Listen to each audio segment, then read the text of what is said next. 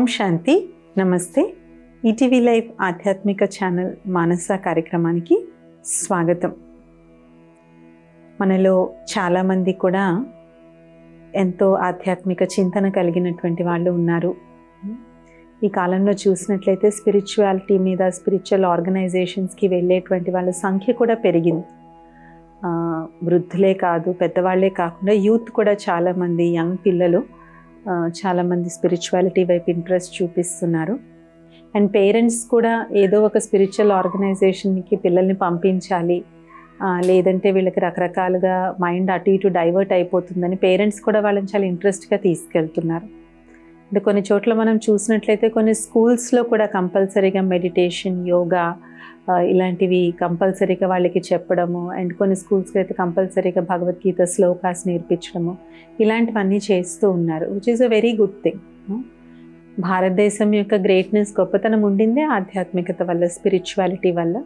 So మన route ఏదైతే ఉందో దాన్ని మనం గుర్తుపెట్టుకోవడం చాలా చాలా ముఖ్యం. ఇది చాలా మంచి విషయం. అయితే ఆధ్యాత్మికతలో మనం సెల్ఫ్ గురించి మనం చాలా నేర్చుకుంటాము, సెల్ఫ్ స్టడీ మనం చాలా చేస్తాము. But the other aspect is to understand God.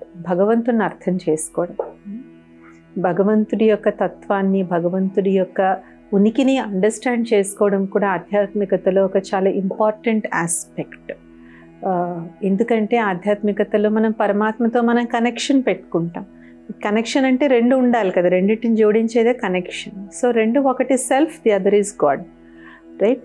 అయితే పరమాత్మని యొక్క తత్వాన్ని అర్థం చేసుకోవాలి అంటే ముందు మనం స్వయం యొక్క పరిచయం మనకి కరెక్ట్గా ఉండాలి.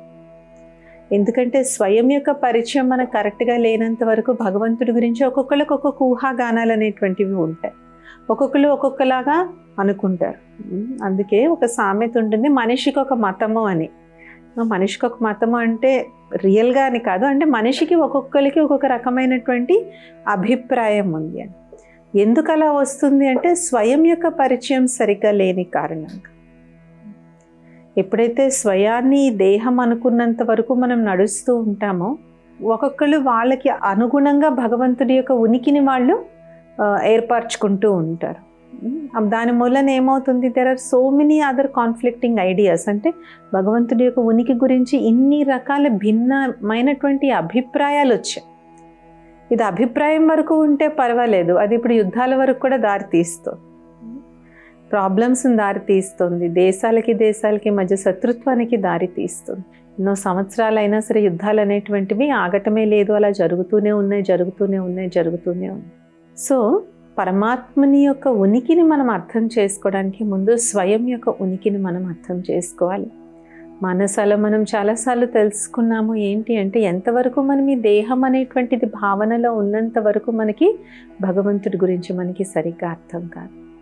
అందుకనే ఎప్పుడైతే మనం ఒక పాయింట్ ఆఫ్ లైట్, ఒక జ్యోతి స్వరూపమైన ఆత్మ కింద భావిస్తామో, పరమాత్ముడి యొక్క స్వరూపం కూడా నిరాకార జ్యోతిర్బిందు స్వరూపం మనకి కరెక్ట్గా అర్థమవుతుంది. అందుకే మనం ఏ పూజ చేసినా కూడా మనం ఏం చేస్తాం, ఫస్ట్ దీపం వెలిగిస్తాం. అలాగే మనం శివలింగాకారం చేసి మధ్యలో బొట్టు పెట్టి శివలింగానికి మనం పూజ చేస్తాం. అలాగే అయ్యప్ప దీక్ష వేసుకుంటారు. అయ్యప్ప దీక్ష 40 రోజులు అయ్యప్ప దీక్ష వేసుకుని కష్టపడి శబరిమలై కొండలెక్కి ఆ 18 మెట్లు ఎక్కి మకర జ్యోతిని చూస్తారు. ఏముంటుంది, మకర జ్యోతి కూడా ఒక ప్రకాశ స్వరూపం. అందుకే గాడ్ ఈజ్ లైట్ అంటారు, అంటే భగవంతుడు ప్రకాశ స్వరూపుడు అని చెప్పేసి. అయితే ఎప్పుడైతే మనం ఈ దేహం కింద భావిస్తామో అప్పుడు దేహం యొక్క ఉనికితో మనము ఐడెంటిఫై చేసుకుంటాం. But when I consider myself to be a universal consciousness, a soul, ఒక డివైన్ కాన్షియస్నెస్, ఆత్మగా భావించినప్పుడు పరమాత్ముని యొక్క నిరాకార జ్యోతి స్వరూపం, ఆ తత్వం మనకి అర్థమవుతుంది. అందుకనే చెప్తారు భగవద్గీత మధ్యలో, ఎప్పుడైతే శ్రీకృష్ణుడికి విరాట స్వరూపాన్ని చూపెట్టారో ఆ ప్రకాశాన్ని, ఆ తేజాన్ని అర్జునుడు తట్టుకోలేక ఆపే అనేసి అన్నాడు. అంటే భగవంతుడి యొక్క శక్తి, ఆ నిరాకార జ్యోతి స్వరూపుడైన శివపరమాత్మని యొక్క శక్తి ఎంత తేజోమయమైనటువంటిది అంటే అది స్థూల కళ్ళకి కనిపించినటువంటి విషయం. అయితే కొంతమంది ఏమంటారు, భగవంతుడు ఉంటే నాకు ఎందుకు కనిపించడు అని అడుగుతారు. మన ఒంట్లో రక్తం ఉంది కదా, నాకు ఎందుకు కనిపించట్లేదు నాకు రక్తం? రక్తం చూడడానికి ఒక పద్ధతి ఉంది. ఏంటి, ఎదురు కట్టన్నా చేసుకోవాలి, సిరంజితో అన్నా లాగాలి. సో మన ఒంట్లోనే నిత్యం ప్రవహించే రక్తమే మనకి డైరెక్ట్గా కనపడదు. మరి అలాంటిది భగవంతుడు డైరెక్ట్గా కళ్ళతో ఎలా కనపడతాడు? ప్రతిదీ చూడడానికి, ప్రతిదీ అనుభూతి చేసుకోవడానికి ఒక పద్ధతి ఉంది, ఒక ప్రక్రియ ఉంది. ఎలాగైతే మన ఒంట్లో రక్తాన్ని మనం ఒక సిరంజితో మనం చూడగలమో, భగవంతుని కూడా మనం చూడగలం. అదే మనోనేత్రం, మనస్సు యొక్క నేత్రం. దాన్నే దివ్య దృష్టి అంటారు, the third I of wisdom అని అంటారు. ఎప్పుడైతే వివేకంతో ఎప్పుడైతే మనం భగవంతుణ్ణి మనం గుర్తించి అనుభూతి చేస్తామో, చూసిన దానికన్నా స్పష్టంగా మనం భగవంతుణ్ణి మనం తెలుసుకోగలుగుతాం. చూడండి, ఎవరిలో అయితే అంధత్వం ఉంటుందో వాళ్ళకి సెన్స్ పర్సెప్షన్ చాలా ఎక్కువ ఉంటుంది, వాళ్ళకి గుర్తుపెట్టుకోవడం ఎక్కువ ఉంటుంది. వాళ్ళు ఏదన్నా సరే అంత త్వరగా వాళ్ళు మర్చిపోరు. వాళ్ళు ఒకసారి చూశారు అంటే అది ఎక్కడ ఉన్నా, ఎంత వయసైనా వాళ్ళు వెంటనే అది గుర్తుపట్టగలుగుతారు. వాళ్ళు ఎలాగ వాళ్ళు కళ్ళతో చూడట్లేదు కదా. సో మనం మనస్సుతో చూసేది, మనోనేత్రంతో చూసేటువంటిది స్థూల కళ్ళతో చూసేదానికన్నా పవర్ఫుల్. కాబట్టి కాసేపు మనం రాజయోగా మెడిటేషన్లో ఈ బాడీ నుంచి మనం డిటాచ్ అయ్యి నేను ఒక ఆత్మని అని భావిస్తున్నప్పుడు ఆటోమేటిక్గా ప్రకాశ స్వరూపుడైనటువంటి ఆ పరమాత్మని యొక్క స్వరూపంతో మనం చాలా ఈజీగా కనెక్ట్ అవుతాం. ఎదురుగుండా ఉన్న వ్యక్తితో ఎంత ఈజీగా మనం మాట్లాడగలుగుతామో అంత ఈజీగా మనం భగవంతునితో మనం మాట్లాడగలుగుతాం. ఎందుకంటే చాలామందికి మెడిటేషన్లో గాడ్తో కనెక్ట్ అవ్వమంటే ఏంటో అర్థం కాదు. అది what is that, what does it mean అనుకుంటారు, ఎస్పెషలీ యూత్. ఎందుకంటే ఇప్పుడు యూత్కి ఏది కూడా గుడ్డిగా నమ్మరు. వాళ్ళకి అన్నిటికీ లాజిక్ ఉండాలి, అది క్లియర్గా అర్థమైతే తప్ప వాళ్ళు దేన్ని కూడా నమ్మేటువంటి సిచ్యువేషన్లో లేరు, రైట్? సో అందుకని మనం ఏం చెప్తామంటే మెడిటేషన్లో ఫస్ట్ ఈ ఐడెంటిటీ నుంచి నువ్వు పక్కకి రా. ఈ ఐడెంటిటీ నుంచి నువ్వు పక్కకు వచ్చినప్పుడు అప్పుడు గాడ్ ఐడెంటిటీ నీకు క్లియర్గా అర్థమవుతుంది అని చెప్పేసి. అందుకే చూడండి, మనం గుడికి వెళ్ళి దండం పెట్టుకుంటాం, ఎదురుగుండా విగ్రహం ఉంటుంది, కానీ మనం మాత్రం కళ్ళు మూసుకుని దండం పెట్టుకుంటాం. ఎందుకు కళ్ళు మూసుకుని దండం పెట్టుకుంటాం? నన్ను అనుకున్నామా, ఆలోచించామా? విగ్రహం ఎదురుగుండానే ఉంది కదా, మరి కళ్ళు ఎందుకు మూసుకుంటున్నాం మనం? ఎందుకు అంటే భగవంతుణ్ణి ఈ స్థూల కళ్ళతో చూడడం కదా, మనోనేత్రంతో మనం చూడాలి. అది మనకి ఎప్పుడూ కూడా మనకి గుర్తుంటుందన్నమాట. కాబట్టి ఇన్ని రకరకాల అభిప్రాయాలు ఎందుకు వచ్చాయి అంటే మనకి ఇన్ని రకాల దేహాలు ఉన్నాయి కాబట్టి. సో ఈ విధమైనటువంటి ఘర్షణలు, గొడవలు, తగాదాలు వస్తాయి. అండ్ ఇంకోటి మనం అనుకుంటా, నేను భగవంతుడి కోసం నేను యుద్ధం చేస్తున్నాం అనుకుంటున్నాము. భగవంతుడి కోసం యుద్ధం చేసేంత శక్తి మనిషికి ఉందా? మనం ఎవరం భగవంతుడిని ప్రొటెక్ట్ చేయడానికి? ఆలోచిస్తే ఇది అహంకారం కాదా? ఆయన కదా మనల్ని రక్షిస్తాడు. మనం ఎవరు ఆయన్ని రక్షించడానికి, భగవంతుని రక్షించడానికి? అయితే ఒకసారి స్వామి వివేకానంద గారు తన స్వీయ చరిత్రలో రాసుకున్నారనమాట. ఒకసారి స్వామి వివేకానందుల వారు పరమ కాళీ భక్తులు, అమ్మవారిని చాలా నిత్యం ఉపాసకులు. ఒకసారి ఒక ప్రదేశానికి వెళ్తారు. ఒక ప్రదేశానికి వెళ్తే అక్కడ ఒక కాళికాదేవి మందిరం ఉంటుంది. ఆ కాళికాదేవి మందిరం చాలా పాడుబడిపోయి శిథిలావస్థలో ఉంటుందన్నమాట. ఆయనకి చాలా బాధ కలుగుతుంది. ఏంటి నా తల్లి జగదంబ ఈమె మందిరం ఏంటి ఇలా ఉంది, నేను ఇక్కడ ఉండి ఇక్కడ వాళ్ళందరితో ఫండ్స్ కలెక్ట్ చేసి ఈ మందిరాన్ని చాలా బాగు చేస్తాను అని అనుకుంటాడు. అనుకుని ప్రయాణం మార్చుకుని ఆ గ్రామంలోనే కొన్నాళ్ళుండి వాళ్ళని అందరినీ బాగా ఎంకరేజ్ చేసి నేను ఈ మందిరాన్ని నేను బాగు చేయాలి అని దృఢ సంకల్పంతో అక్కడ ఉండిపోతారు. ఆయన ధ్యానం చేసుకుంటున్నప్పుడు ఆయన ధ్యానంలో అమ్మవారు వస్తుందన్నమాట. అమ్మవారు వచ్చి ఏమంటుందంటే, నేను అందరి భక్తుల్ని రక్షిస్తాను కదా, నువ్వు నన్ను రక్షిస్తావా? నన్ను రక్షించేంత శక్తి నీలో ఉందా? నేనే మొత్తం జగత్తుకు అమ్మని కదా అంటుంది. అప్పుడు ఆయనకి ఆయన యొక్క అజ్ఞానం తెలుస్తుందన్నమాట. కాబట్టి ఏదైతే మనం ఈ రకరకాల వింటూ ఉంటాం కదా, ఈ విన్నప్పుడు మనం ఒకసారి కొంచెం తర్కించుకొని మనం ఆలోచించుకోవాలి, ఈజ్ ఇట్ రియల్లీ ట్రూ? ఎందుకంటే ఈ ఉచ్చులో కూడా పడి చాలామంది భగవంతుని యొక్క అసలైనటువంటి ప్రాప్తిని పొందడం లేదు. దీనివల్ల నాస్తికత్వం కూడా పెరుగుతుంది. యాక్చువల్గా ఎందుకు వచ్చిన గోళ్ళే ఏదీ లేదు అని భగవంతుడినే వదిలేస్తున్నారు. నేను భగవంతుడిని వదిలేస్తే జీవితమే పోయినట్టు. ఎందుకు అర్థం కాక కన్ఫ్యూజన్లోకి వచ్చి.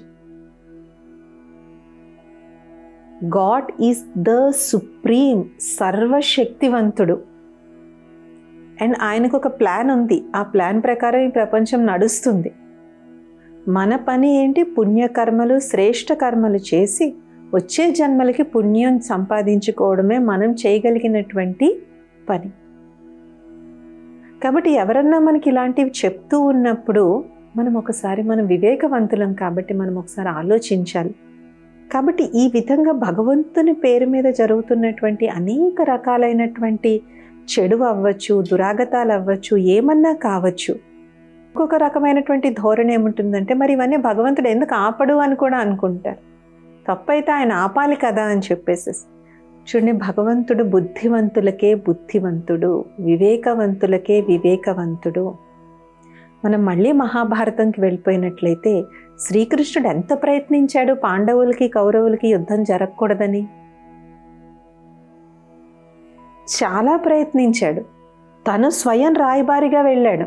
వెళ్ళిన రాయబారిని శ్రీకృష్ణుడే అవమానించారు.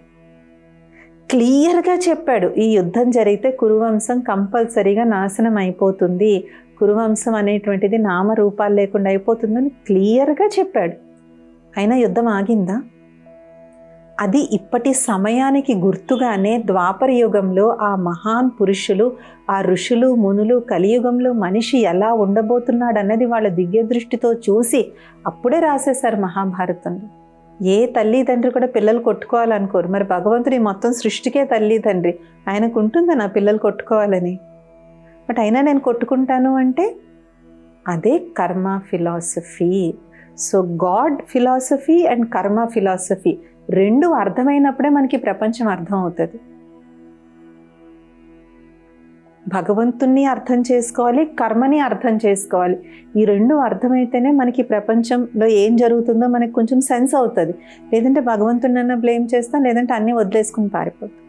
సో ఇలాగా భగవంతుడి యొక్క ఉనికి గురించి రకరకాల ప్రశ్నలు ఏవైతే ఉన్నాయో ఇవన్నీ మనం ఆధ్యాత్మికతను కరెక్ట్గా అండర్స్టాండ్ చేసుకుంటే మనకి చాలా క్లియర్గా మనకి తెలుస్తుంది.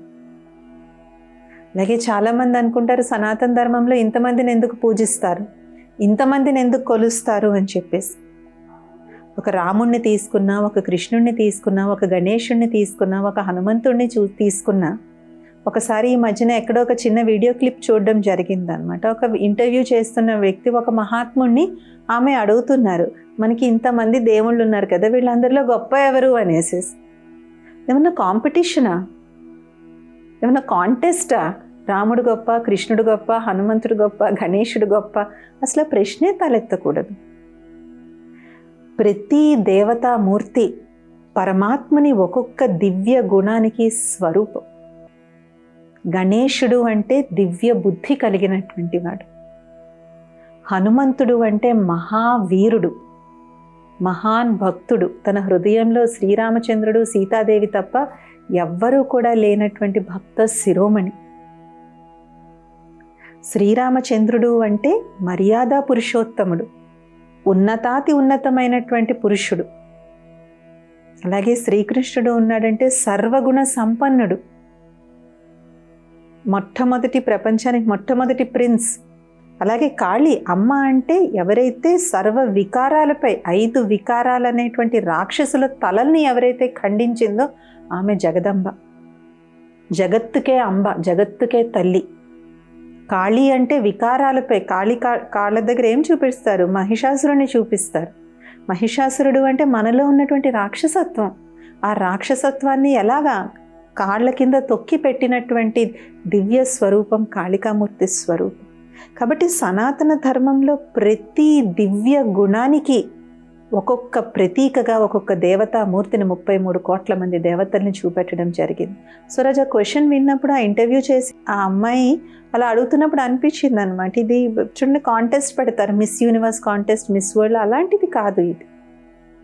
ఆ దైవత్వాన్ని మనం ప్రాపర్గా మనం అండర్స్టాండ్ చేసుకోకపోయినప్పుడు భగవంతుని పట్ల రకరకాల అపోహలు, రకరకాల వాద వివాదాలు అనేటువంటివి వస్తూ ఉంటాయి.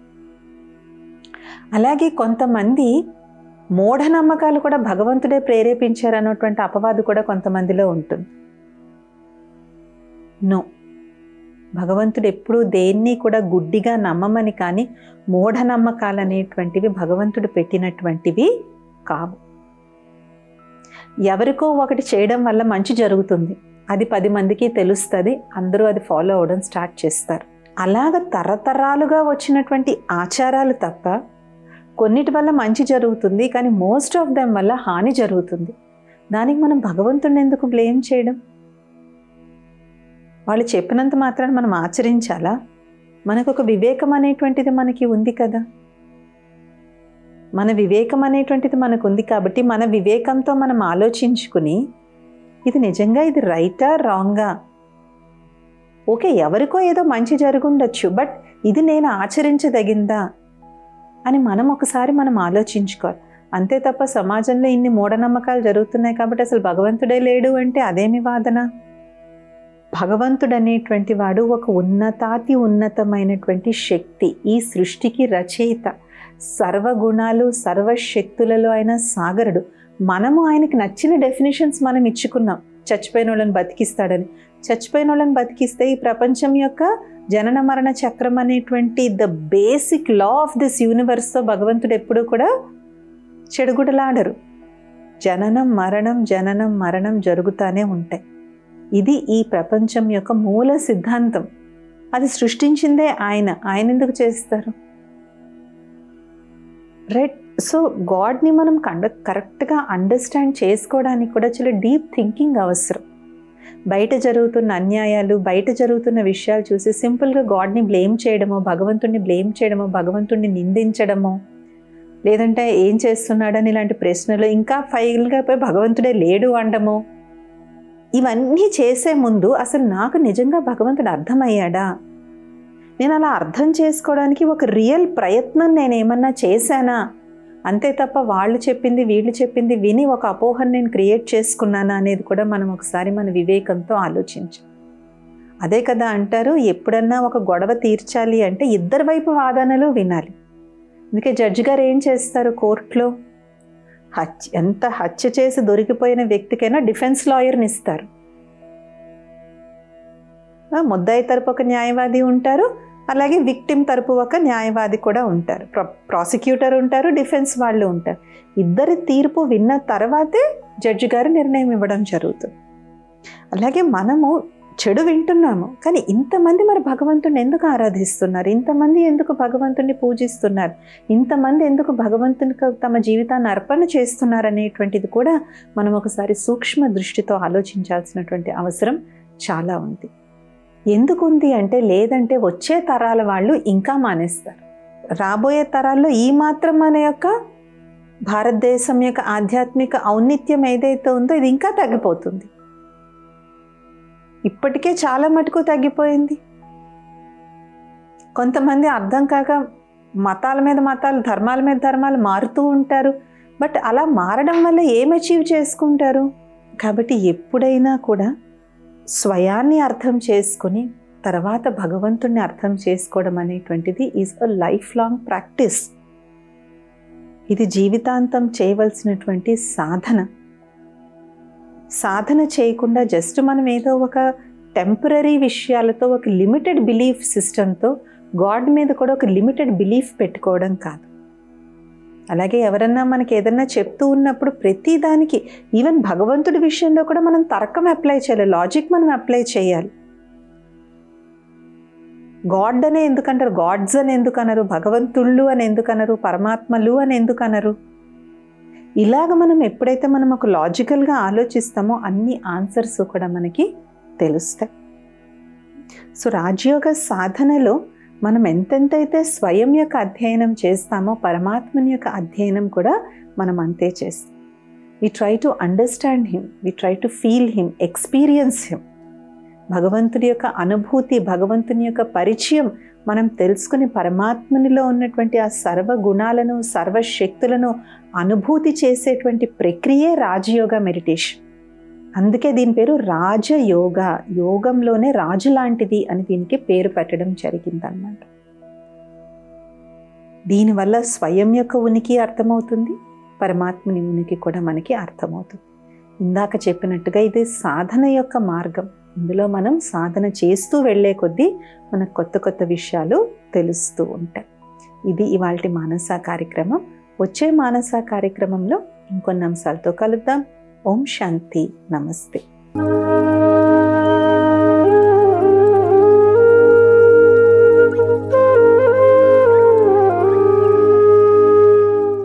ఈ కార్యక్రమాన్ని తిరిగి చూడాలనుకుంటే www.youtube.com/@ETV Life Spiritual లో చూడవచ్చు.